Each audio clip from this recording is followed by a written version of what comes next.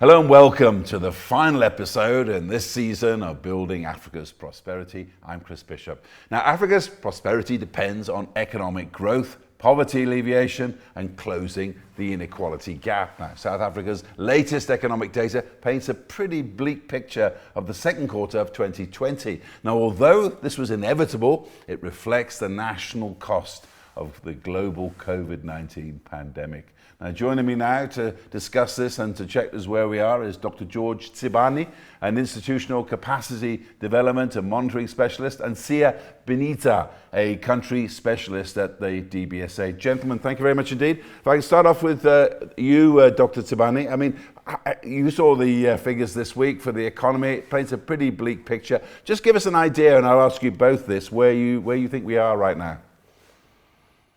We are facing a situation where we need to have an inclusive economic development program where private sector must be taking an active role. Government on its own cannot deliver any program. So we need a partnership with the private sector, and as well as the strategic role of the development finance institution like DBSA, your World Bank, should come to the fore to address the post-COVID-19 scenario. Now, Siya, you were in Treasury in your time before your current job. You've been very much in the engine room of economic policy in this country. How concerned are you about exactly where we are now post-COVID-19 or during COVID-19? Sure. Look, I think it's a very dire situation, and we must be considerate of the fact that this is before COVID as well. We entered a technical recession in December 2019, and this is extended up to the second quarter of this year.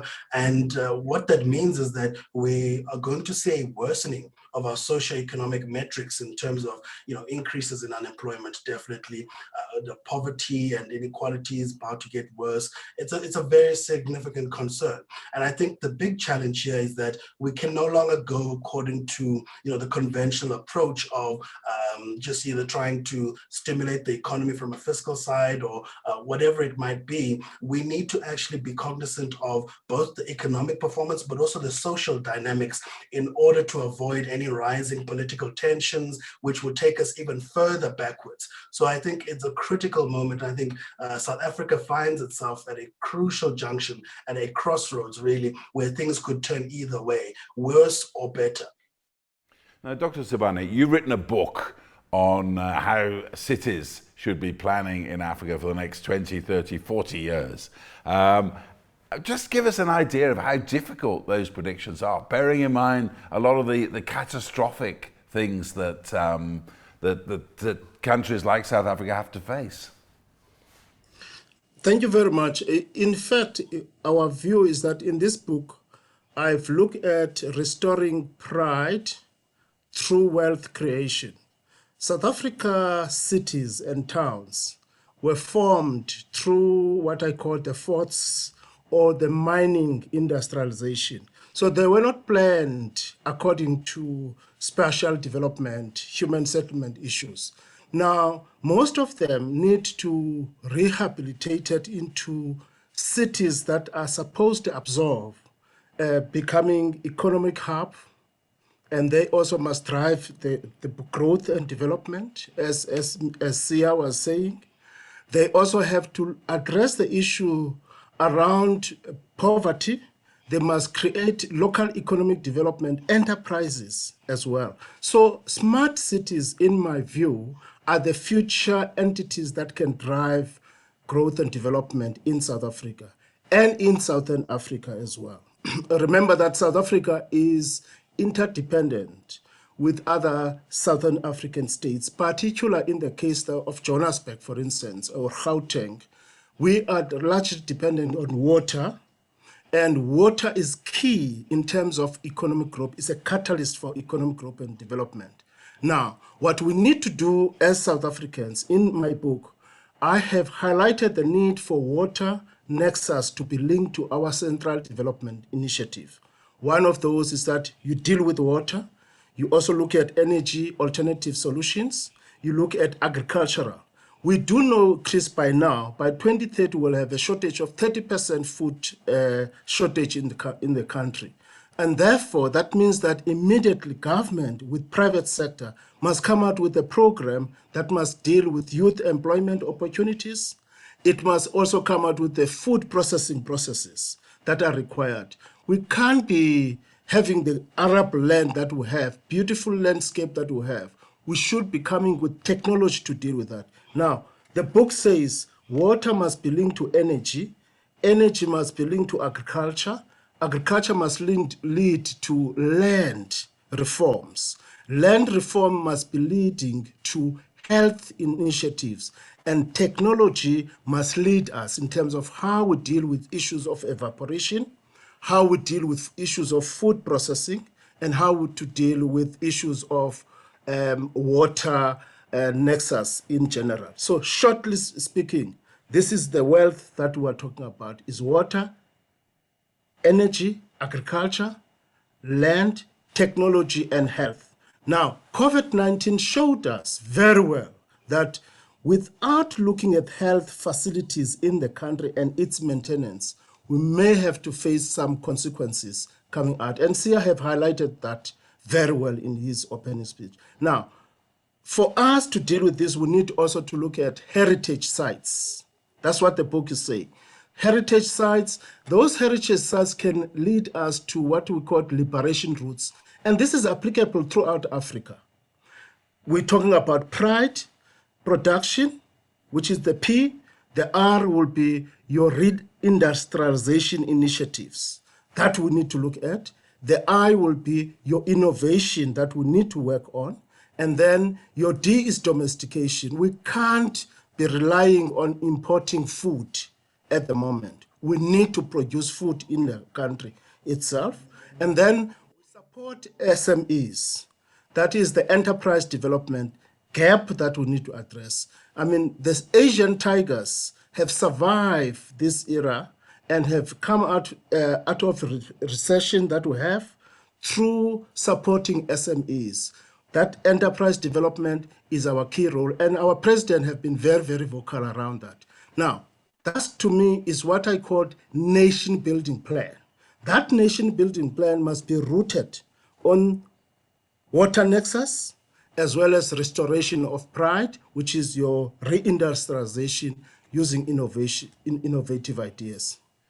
Okay, Siya Biniza, if I could go to you at the DBSA, I mean, all of these issues and recovery plan, which I want to talk a little bit more about with the president in a minute, but this country in particular is particularly hobbled because it has to also deal with this vast inequality that exists in this country to this day, as well as rebuilding. How difficult is that going to make it? Sure. Look, it's a very, very mammoth challenge. And I think the government has taken a good stride in this in terms of having a very clear strategy on how we're going to respond to COVID, having it linked to the risks as well, which has enabled us to really minimize the negative impact. South Africa is not alone in terms of the economic shock and the contraction we faced in the second quarter. But through the sort of coordination of government, we were able to respond and minimize the impact of COVID. And I think moving forward, a lot of our recovery is going to depend on this. Government has issued out a new infrastructure-led plan for economic recovery for the country, and it's going to require not just government's judicious implementation of this plan, but also partnership with private sector and also civil society in order to have a sort of complete approach and make sure that the implementation of these plans is coordinated. And I think, yes, you're rightfully saying, we've got a mammoth task ahead of us, and it requires everyone to pull up their sleeves and be part of, contributing what they can in terms of the infrastructure-led recovery plan. And the DBSA plays a central role in this as the administrator and manager of, the 100 billion infrastructure fund that was announced by the president as part of our economic recovery plan. Chris? That money. But if I just come back to you, Dr. Tsibani, just a point, everyone agrees. I mean, I agree that Africa should be growing more food. The rest of the world is covering its arable land with car parks and concrete. this continent's got fertile soil. I've done stories on people getting into commercial farming here, Zimbabwe, Zambia, all over Southern Africa. But one of the things that comes through is that a lot of the young generation coming up, they prefer to live in cities, they prefer to work in industry, they prefer to corporate jobs than actually putting the plow into the soil. How are we going to change this idea? We have started, Chris, with that. Remember, the president had a program called YES program, and that is Young Youth Enterprise Development Initiative that we have. We have about 25 sitters in South Africa, which is called Education and Training Authorities. And all of those ones look at skills development and skills revolution adaptable to our conditions that we have. And for me, that's very critical in terms of addressing some of the paradigm shift and the shift that is required in terms of addressing the programs that we have. For instance, talking about is very critical. When we started with community water supply and sanitation program in 1994, people said that to Professor Karasmal that we were not going to be addressing these issues. And for him, he came out with a concept called BOT process: build, operate, train, and transfer. All the misconception and myth about agriculture is such that they don't understand the concept behind agriculture and agrarian revolution. Now, that's what we need to work on. And secondly, to add to what Siya was saying, is that we have an Indian Ocean, also have the Atlantic Ocean. And if we're to use it as mapping exercise for new engineers to work on the ocean economy, because ocean economy and agriculture can add value in terms of attracting the youth towards agricultural development.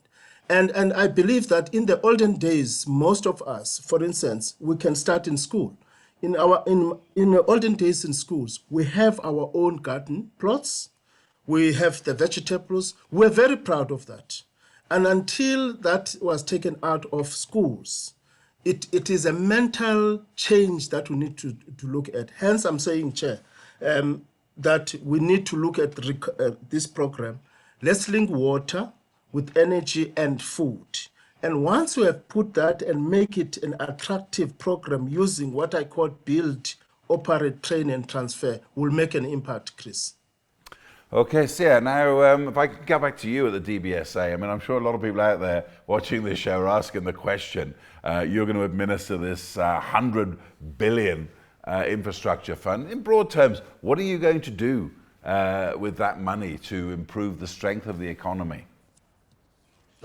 Well, the DBSA offers, services across the whole spectrum of infrastructure value chain, from planning and project preparation, where we doing feasibility studies, making sure that there are enough bankable projects for the investments to take place. One of the critiques we found in Africa is that in spite of despite the huge deficit in terms of infrastructure and the need for investment, there aren't sufficient prepared projects. And so DBSA plays a crucial role there through its project preparation unit, where they do all the feasibilities in order to prepare bankable projects. In addition to that, we also do the financing. Now, this is where the DBSA plays a catalytical role, where we catalyze private sector funds, third-party development finance institutions to also participate in terms of the infrastructure financing. And what this helps is with sharing or spreading of the risk and ensuring that the projects that are being prepared have adequate financing for their implementation. And I think beyond that, our infrastructure delivery unit then oversees the delivery of projects, but not only in terms of timely delivery and at efficient costs. We also ensure that there's a developmental impact in terms of the projects that are delivered.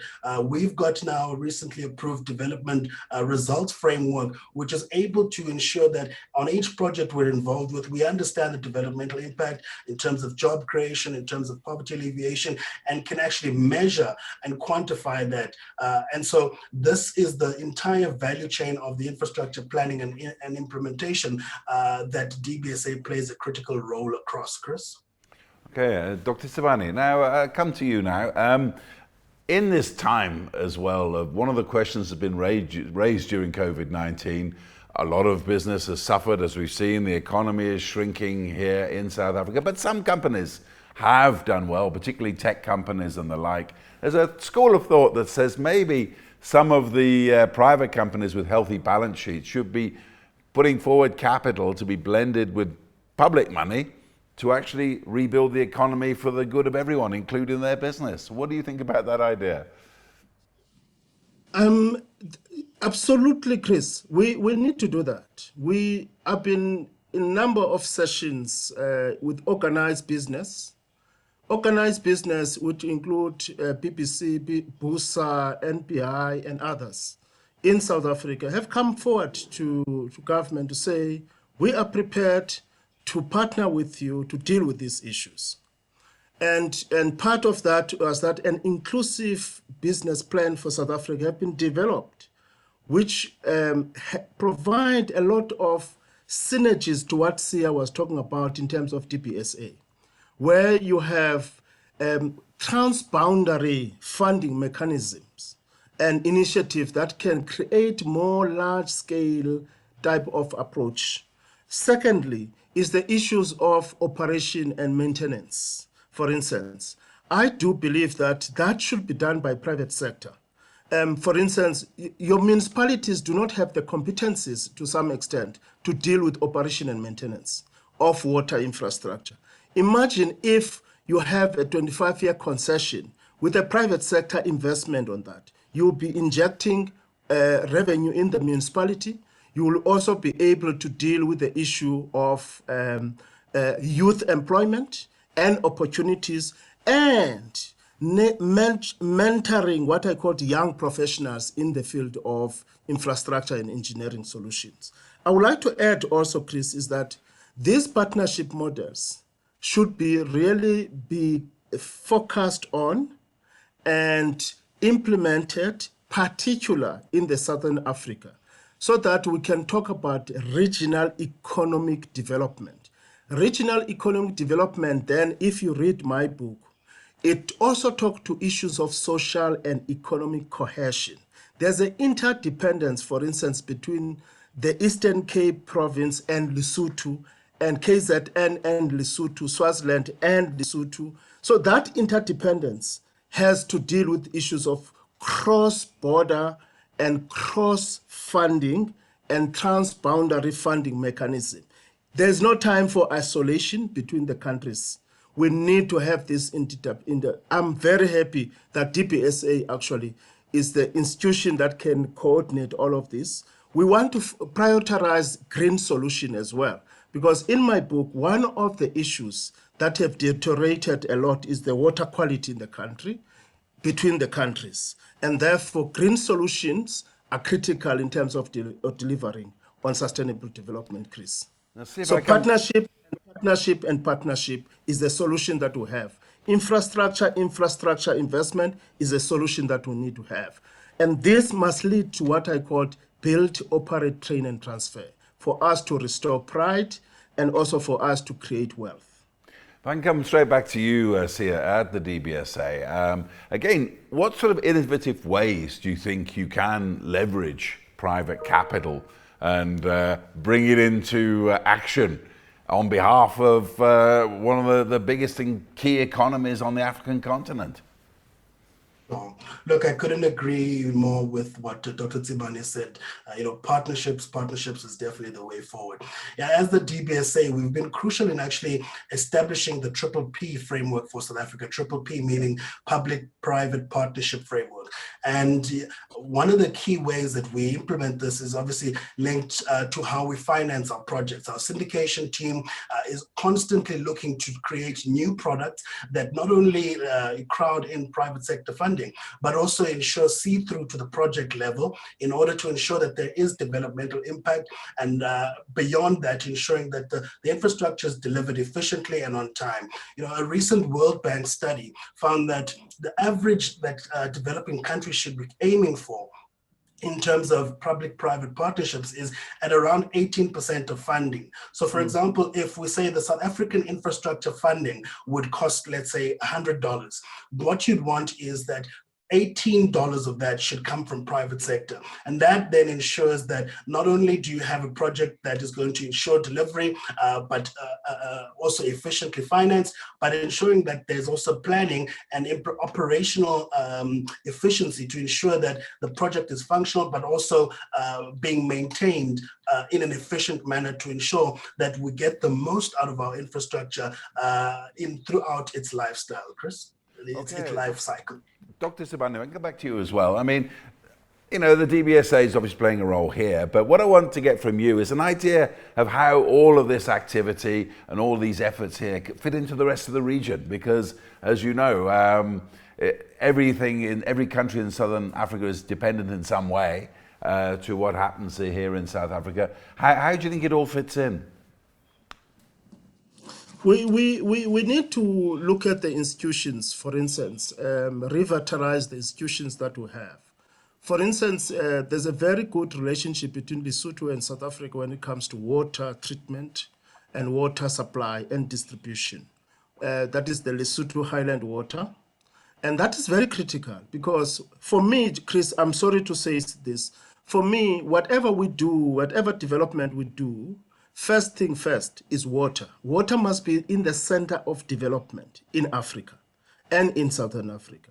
That's the first priority that we need to look at because that creates a lot of opportunities. It attracts investors. It also attracts tourism. Now, we have that synergy in the Southern Africa in terms of that. We have a very strong SADC region that we have even SADC strategies, particularly on water and water security and energy. And DBSA also have an infrastructure initiative funded by EU around developing of Southern Africa infrastructure initiative. I'm trying to say the strategies are there.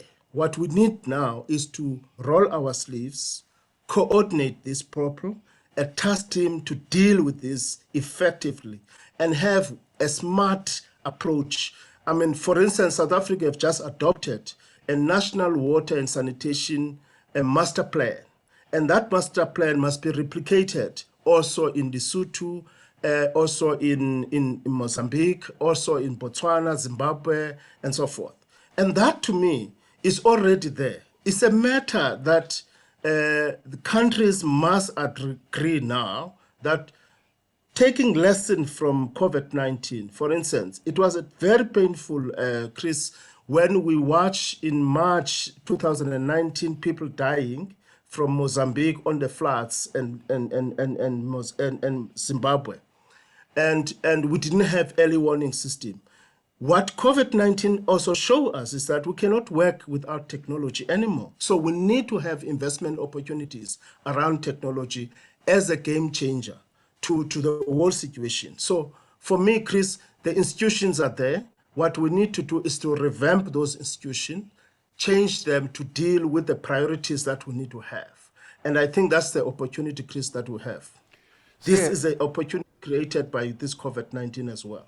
See, if I could come back to you at the DBSA, I just want to talk to you about what your view is on the strength of government coffers as we speak. Speaking about the floods there, you just sparked a memory. I mean, I covered the floods in 2000 in Mozambique. And one thing I remember very strongly was the SANDF from here was there in full force. They poured men, machines, everything into saving people's lives there.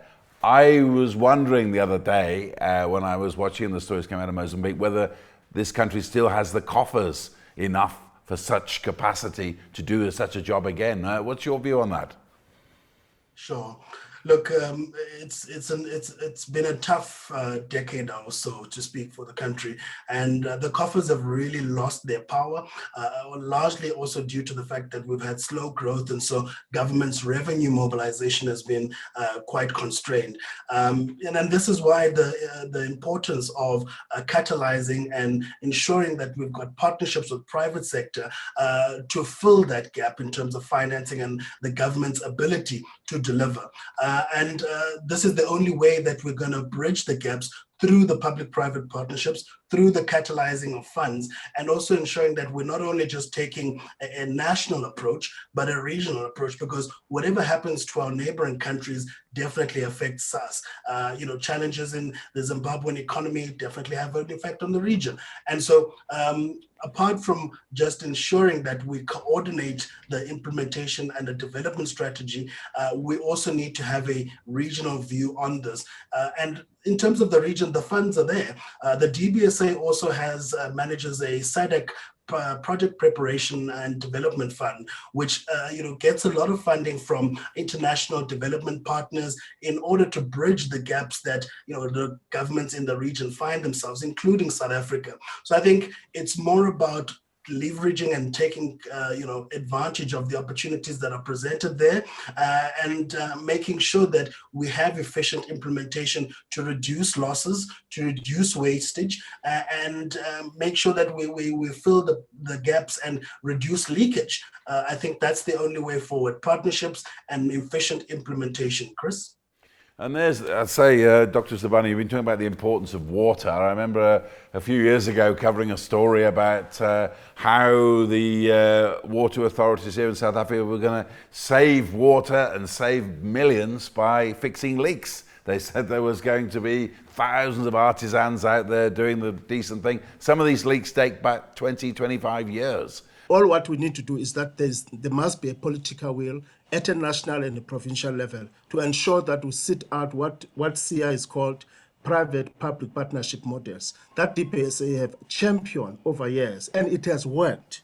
So we should not leave what is working. We should be consolidating and draw lessons on what is working and then implement and improve. So for me, Chris, dealing with this non-revenue water, we need to deal with the issues of artisan skills.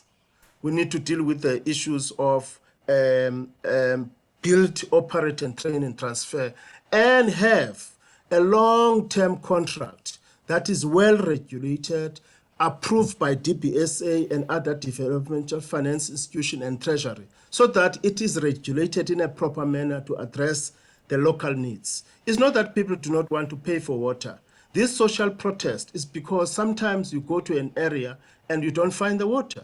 And the climate change is here with us. So we need to adapt to this climate change. And part of that, please provide operation and maintenance to the private sector. The private sector can decentralize the systems, and therefore they can be able to deliver in a better manner. Sorry, Chris. I'm afraid that all that's what we've got time for in this edition. Thank you very much indeed, Dr. George Tsibani, an international capacity development and monitoring specialist, and Siya Biniza, a country specialist at the DBSA. And as I say, that's all we've got this edition of Building Africa's Prosperity. From me, Chris Bishop, it's goodbye.